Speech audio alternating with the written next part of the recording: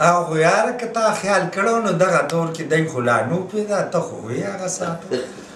دغه دور کې به دا ریکارډونه دغه کېدل ورشه کراچۍ ته ډېرې وګټه روپۍ چې په مالت کې شمه زه د سیالی نو ما یې د ظالم زیه د مرګ څه پته نه لګي راشه دې کراچۍ ښار ته ورشه چې دا ارمان خو دې پوره شي نو هغه یاره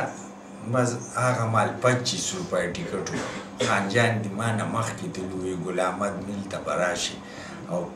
لغه راته پرېښودي وو که نه چې دا واخله بس په دې لینډ باندې راځه لانډې کې به په ړومبي ټېشن کوشې داسې هغسې ما چې هغه یې لانډې وویل زما ړومبی ځلوم یې چې لانډې نوم دی هغه بس کراچۍ خو څوارلس ټېشن او بیا خو پکې مونږ وګرځېدو واړه پکې بیا لوی شو نو هغه یاره خبره زر کېږي عمر پس تېرېږي ورسېدم چې ورسېدم دی څخه نو چې مې وکتل اوس تشکي کران دي په هغه علاقه کې دا غټ غټ زغیم پکې مې حساب دی دی خو یې چې کراچۍ داسې او هغسې دی ته هم ګرځو نه داسې چا چکر نه لګویا ساه غوندې کې مې تنګ شو یو سفر مې کړی دوه شپې دوه ورځې کې به سړی رسېده هغه ګاډو کې ریل ګاډي کې بس یاره هغه یې وارو که ته خو به میاشتو دلته مې زما څه پته لګي یاره زما که ساه تنګ شي مې زه به تللی راځئ چې وګرځو نو بس ووتو هوایي زړه اوس جمع ولاړه لکه نړځې چې جنګېږي میدان نو مې ته راشه یاره چې داسې دي نو هغه چې رالو نو دا سنډاسي وو دا دوايانې د ګټې ممنعیه دا دغه مغه ومې راځئ سړی ما خو یې داسې تماشه ده مې دا خو زموږ په کلي کې د غوانو په منډای کې داسې خلک دي یو پکې وایي ملګری یوارو که ماما زه ته دا د ګټې دا ممنعي ډېر طاقتمند شی دی دا ترې اخلم نو هغه یې ډبو کې اچولي هغه له یې اواز ورکړه هغه درې څلور ډبي راوړه هغه له یې یو ورکړه مال یې راکړه مې نه زه نه خورم دا ستا دپاره ښه شی دی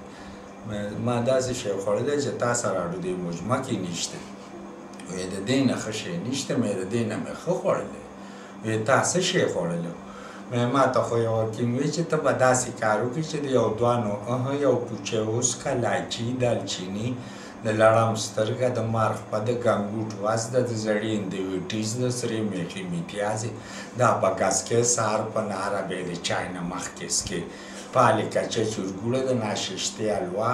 40 ورځې به مې د کټه نه پاسې په 48 ورځ به راپاسې کلیمه به درسته کې رستو باډي به درسته کې 14 کمبلې 9 بړستنې به واغوندې چې د هر رنګ نه دې خوله وځي په سم لاس په ژړوکای راوالې مې سپیاکه به په سر کې بارانای درشل به 9 ځله یو پله ووی یو کم 10 ځله بل پله همې اوبه چسکې د ترېشر بوس په پیچې چې په غړه پې نسکې مې هسې غوړ جوړګوړې به درنه جوړ شي مې که چېرې دې دوایې سره ټیک شو نو دا زما پته ده ظل آسمان تحصیل ځمکه ډاخانه قبرستان محل جنت انکیر منکیر کومل پاسکر سبزعلي خان کومل